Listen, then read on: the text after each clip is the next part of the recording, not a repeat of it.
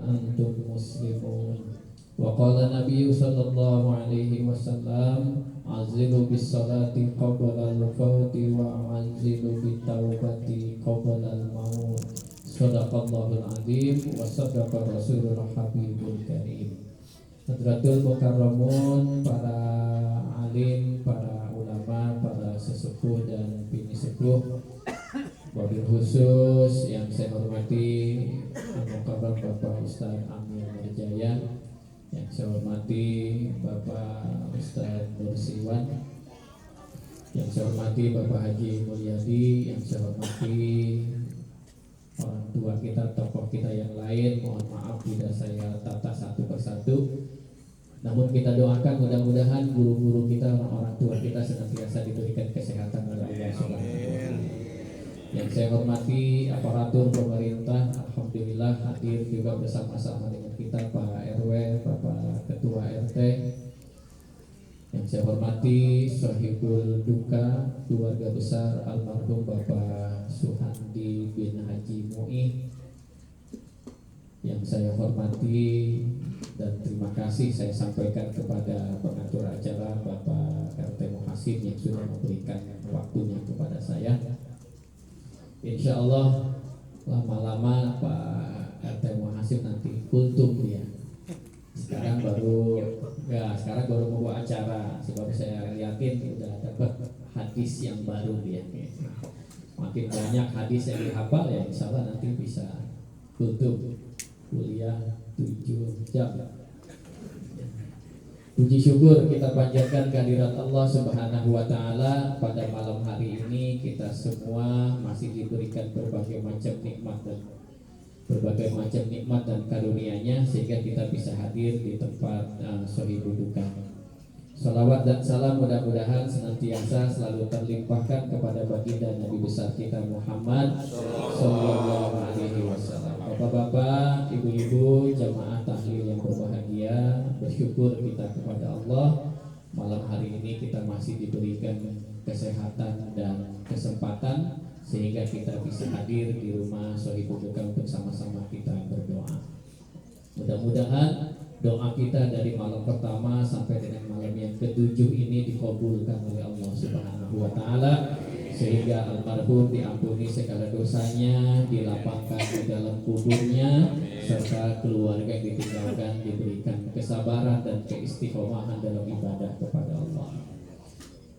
Syukur yang kedua, alhamdulillah kita semua dalam keadaan sehat walafiat. Semuanya sehat semua Ibu ya. Iya, orang sehat itu kan cirinya 3.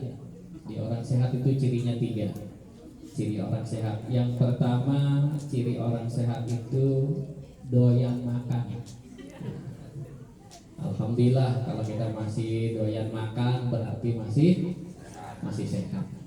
Kalau udah makan orang mau, minum udah orang mau, udah diam udah mangap, bersakit dia. Iya. Tapi kalau masih doyan makan, insya Allah kita masih sehat. Merokok masih terus baik gitu, masih sehat itu, masih sehat. Kalau bertanya jelek ngapain, jadi kagak enak badan, tapi ngerokok baik sehat, bohong gitu. Sehat. Orang sehat mah cirinya gampang ini, doyan makan. Yang kedua, ciri orang sehat masih bisa ketawa, sehat namanya. Kalau udah diem aja di pojokan mau yukut, begitu dianjak, begitu diangkat sama kita dibopoknya baunya udah basah semua. Iya, berarti sakit ya. Tapi kalau masih bisa ketawa, alhamdulillah kita masih sehat namanya. Ya. Ciri sehat yang ketiga apa? Orang bisa diem. Iya. Kalau bisa diem, udah gini kayak laki pergi, kita pergi bawa motor perempuan ya. Nyamperin satu, soalnya samperin lagi, ada 3, ada 4 berangkat makan sebelah rame-rame gitu. Kalau bisa diem, berarti sehat bini kita Pak. Pokoknya kalau bini jarang ada di rumah sehat. Iya. Karena ciri orang sehat nggak bisa diem. Ya. Baik, yang paling penting itu sehat saja dulu. Insya Allah kalau udah sehat ibadah juga enak. Ya. Makan enak, semuanya supaya enak. Bapak-bapak, ibu-ibu jamaah yang saya hormati, ada 3 tanda-tanda kita bakal mati. ada 3 tanda kita bakal mati.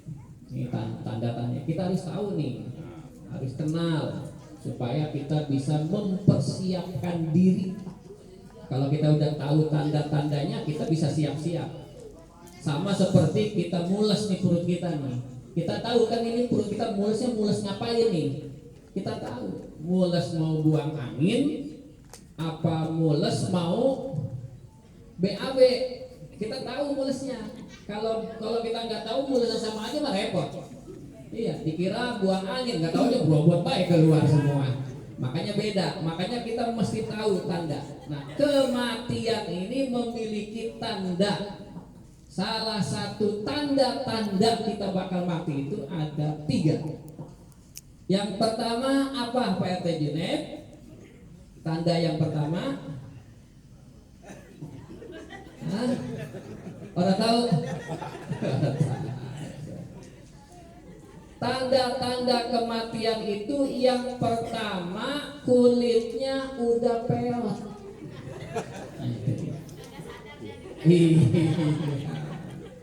Ini tanda yang pertama nih, kulitnya udah peot. Sekarang kita mulai lihat dah kulit tangan kita, kulit muka kita. Kalau sudah mulai keriput, udah mulai peot, itu tanda kita bakal mati. Banyak yang peot di dalam. Wah, udah siap-siap gitu. Udah siap-siap. Biasanya orang begitu kalau ditanya, kira-kira kita siap nggak mati? Pasti jawabannya kalau bisa mah ntar dulu. Kenapa di Qurannya begitu Pak? Surat Al-Baqarah itu dijelaskan manusia itu memiliki sifat selalu ingin hidup 1000 tahun. Pasti begitu. Pasti kita kalau bisa mah ntar dulu dah, dua mah. Ntarlah kalau udah umur 60 tahun. Begitu pas umur 60 tahun dapat jodoh baru. Ditanya lagi, kira-kira kapan? Entar baiklah 65 lah. Entar baiklah 70, entar baiklah. Itulah sifat kita manusia. Seperti saya dulu waktu berangkat haji ketemu dengan pensiunan BUMN. Ketemulah di Pondok Gede satu kamar ngobrol. Alhamdulillah Dek, waktu itu saya berangkat lagi kuliah. Alhamdulillah Dek, saya selalu berdoa. Akhirnya doa saya dikabul oleh Allah. Doanya apa Pak? Begitu saya pensiun, saya ibadah, langsung saya berdoa, ya Allah, jangan cabut nyawa saya sebelum saya bisa berziarah ke makam Rasulullah dan melihat Ka'bah Baitullah di Mekah. Akhirnya doa saya dikabul. Jangan cabut nyawa saya sebelum saya bisa menatap Baitullah Ka'bah di Mekah Al-Mukarramah. Saya sekarang ditakdirkan berangkat insya Allah. Berangkatlah haji. Begitu selesai haji, kita tawaf wada, mau pulang. Begitu pas mau pulang, bareng lagi sama saya. Saya tungguin lama. Betul dia baca doanya sambil nangis. Dia berdoa lagi di depan Ka'bah sambil nangis. Ya Allah, jangan cabut nyawa saya sebelum besok tahun depan saya bisa kembali lagi. Mati nggak kira-kira dia? Kagak. Nah kemarin waktu belum berangkat dia ngedoanya begitu, ya Allah jangan cabut nyawa saya sebelum saya bisa ngelihat Ka'bah. Begitu udah sampai di Ka'bah, doa lagi. Ya Allah jangan cabut nyawa saya sebelum tahun besok saya bisa balik lagi. Emang begitu manusia tuh. Maka ciri yang pertama gampang nandainnya. Lihat kulit kita udah peot belum? Udah keriput belum? Kalau udah keriput itu tanda. Kalau saya mesti barang kencang kalau saya mah. Yang udah peot-peot ini daripada keriput nih. Nah, kata masih udah siap-siap, udah tanda itu. Tanda yang kedua apa? Tanda yang kedua bahwa kita bakal mati gampang. Tanda yang kedua apa? Udah ubanan. Udah ubanan. Silakan dibuka pecinya masing-masing, dilihat udah ada ubannya apa belum. Kalau udah ada ubannya berarti itu tanda. Gitu. Makin tua sih kita kan nggak hidup selamanya. Nggak hidup selamanya. Enggak usah besok saya mau semir baik ada dia gitu. Tetap aja. Begitu nggak punya duit nggak kebeli semir putih lagi aja. Tetap ubanan. Asin itu mah. Uban. Pokoknya asal kita ngaca, di kaca ngeliat, di rambut kita, di kepala kita banyak kembang jambu, nah itu udah tanda. Nah, itu tanda kita. Tanda yang ketiga bahwa kita bakal mati, giginya udah ompong. Giginya udah ompong. Tajudnya semua.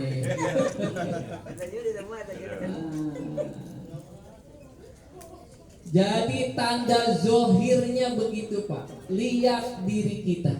Karena yang paling sulit adalah melihat kepada diri kita sendiri. Itu yang paling sulit Pak.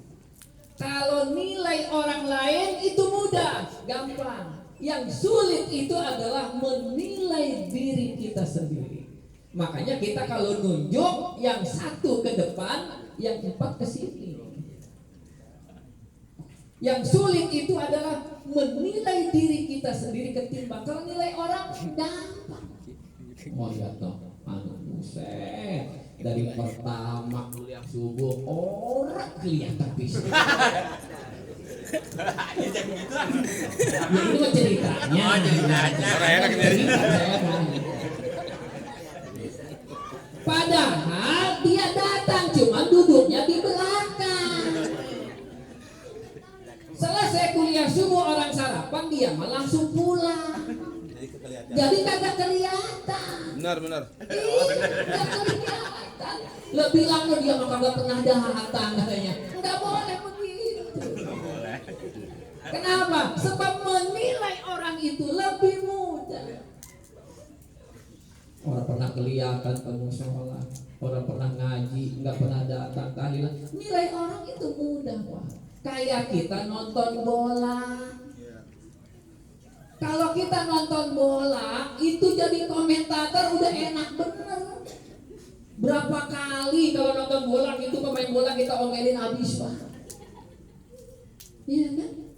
Nonton bola coba lihat kita tendang kata gue juga habis pemain bola diomelin sama kita. Tapi pilihan kita suruh main, nah udah lari kenceng bener dapat bola nggak bisa nendangnya, nggak bisa. Maka yang paling penting adalah buat kita introspeksi diri kita bahwa kita ini sudah tua. Kita ini udah keriput, kita ini udah ubanan, kita ini udah pada ompong, umur kita udah 60 tahun, itu yang mesti kita hitung. Kenapa? Sebab kita tidak akan lama hidup di dunia. Apa kata Nabi? A'muri ummati ma baina sitina wasab'ina. Umur umatku tidak akan jauh dari angka 60 sampai 70 tahun saja.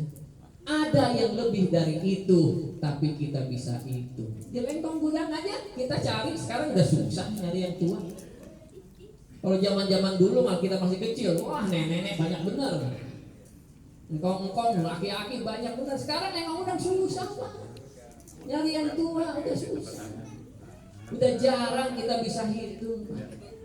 Karena memang kata Nabi, umur umatku itu tidak akan jauh dari angka itu 60 sampai 70 tahun saja. Itu yang harus kita persiapkan. Kenapa Rasulullah tidak meminta kepada Allah umur umatnya atau bahkan umurnya Nabi Muhammad SAW itu lebih panjang seperti nabi-nabi yang lain? Seperti Nabi Adam misalnya yang umurnya sampai ratusan tahun. Kenapa Nabi Muhammad ini umurnya sedikit sekali Rasulullah wafat di usia 63 tahun? Kenapa? Sebab Rasulullah meminta kepada Allah, biarkan umurku pendek, biarkan umur umatku pendek, tapi aku satu minta kepadamu ya Allah, setiap kali ibadah lipat gandakan menjadi 10 sampai 70 sampai dengan 700. Jadi walaupun umur kita cuma 70 tahun, dikalikan 100 berarti 700 tahun umur kita, pahalanya. Sebab apa? Sebab kata Nabi, ketika orang membaca Al-Quran, setiap hurufnya asyaratun hasanah, 10 kebaikan. Satu huruf dari Al-Quran 10 kebaikan. Aku, kata Nabi, tidak mengatakan alif lam mim itu satu huruf, tapi alif lam mim itu 3 huruf. Kita baca alif lam mim saja berarti kita sudah mendapatkan 30 kebaikan. Sehari 30 selama umur kita 60 kan banyak, Pak. Makanya udah sekarang masa habis sholat maghrib langsung ambil Quran. Bismillahirrahmanirrahim. Alif lam mim. Shadaqallahul adzim. Dikit amat, Pak. 30. Udah 30. Dilipat gandakan pahalanya. Apalagi sedekah. Satu kita sedekah akan dilipat gandakan menjadi 700. Satu sedekah itu seperti kita menanam satu biji. Dari biji itu tumbuh pohon 7 cabang. Setiap cabangnya ada 100 buah. Itulah sedekah. Di Qurannya begitu, Pak. Jadi satu kali kita sedekah dibalas 700 kebaikan oleh Allah Subhanahu wa taala. Maka jangan ragu, jangan takut kita bersedekah. Gitu. Lagi punya duit nih bisnis. Haji Mulyadi bisnis bull. Pecah bisnis. Nah, kumpulin anak yatim bareng 10 orang. Kasih makan. Pakai McD. Dia mau punya channel ini khusus di McD, murah jadinya. Iya, setengah harga. Anak yatim 10 orang kasih McD makan tuh 1, 2, 3, 4, 5, 10. Pulangnya amplopin 300.000, 300. Kirang banget anak yatim. Didoain sama anak yatim. Wah, karena dia anak yatim, mantap lagi bisnisnya, meledak lagi. Besok bisnis keluar, bulan besok gantian janda-janda tua, nenek-nenek udah jongkok, kumpulin di rumah. Kasih makan, gado-gado, ketoprak. Iya, biar pada kambuh asam uratnya. Ya, okay. Pulangnya janda-janda kasih yang kita amplopnya suruh 500.000, 500.000. Ngerokok, Pak. Itu doa dari nenek-nenek. Doa nenek-nenek mah ikhlas. Saya dulu kalau waktu masih ngaji di Kelurahan Lengkop Wetan tuh, tiap bulan ibu-ibu pulangnya kan ke nenek-nenek banyak tuh yang pulangnya ke depan. Ayo nek, naik mobil saya, naik nenek-nenek pada naik mobil. Di dalam mobil tuh ngedoa kagak berhenti-berhenti. Nenek-nenek. Enak banget Pak Haji, mobilnya saya doain, ada Pak Haji bisa kebeli mobil yang baru, katanya gitu. Terus baik itu doa tuh terus. Ketimbang kita bawa anak SMA, anak SMA mah kagak bakalan doain, malah ngajakin belanja melulu. Iya, makanya Haji Mulyadi bawa nenek-nenek. Nah, jangan bocah SMA dibawa. Lagi kapan masih di Parung saya ketemu Haji Mulyadi. Tahu apa siapa itu di depannya? Di Parung. Saya mau manggil gak enak saya. Jangan itu dia.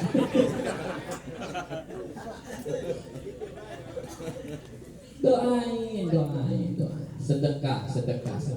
Umur kita pendek, tapi Nabi minta kepada Allah setiap amal ibadah yang kita lakukan pahalanya dilipat gandakan oleh Allah Subhanahu wa taala. Sama seperti malam hari ini. Niatkan saja makanan yang dikeluarkan, minuman yang dikeluarkan, ini pahala kebaikannya kita sampaikan kepada almarhum. Tidak ada yang sia-sia. Insya Allah sampai. Walaupun ada orang yang bilang enggak sampai, percuma, bid'ah segala macam, biarin saja. Biarkan saja. Yakinlah sebab ulama-ulama kita, guru-guru kita memberikan contoh kepada kita seperti ini, pasti ada hikmah dan manfaat. Kalau dalil gampanglah, dalil mau banyak, tinggal dicari saja dalil. Datang aja ke rumah Kiai Ghazali, buka kitabnya, buka dalilnya, penuh kalau mau dalil di sini. Ya, maka oleh karena itu, mari sama-sama kita manfaatkan kesempatan umur yang masih Allah berikan kepada kita, kesempatan kesehatan yang masih Allah berikan kepada kita untuk beribadah sebanyak-banyaknya kepada Allah sebagai bekal kita nanti menghadap Allah Subhanahu wa Ta'ala. Terima kasih, mohon maaf. Assalamualaikum warahmatullahi wabarakatuh. Waalaikumsalam.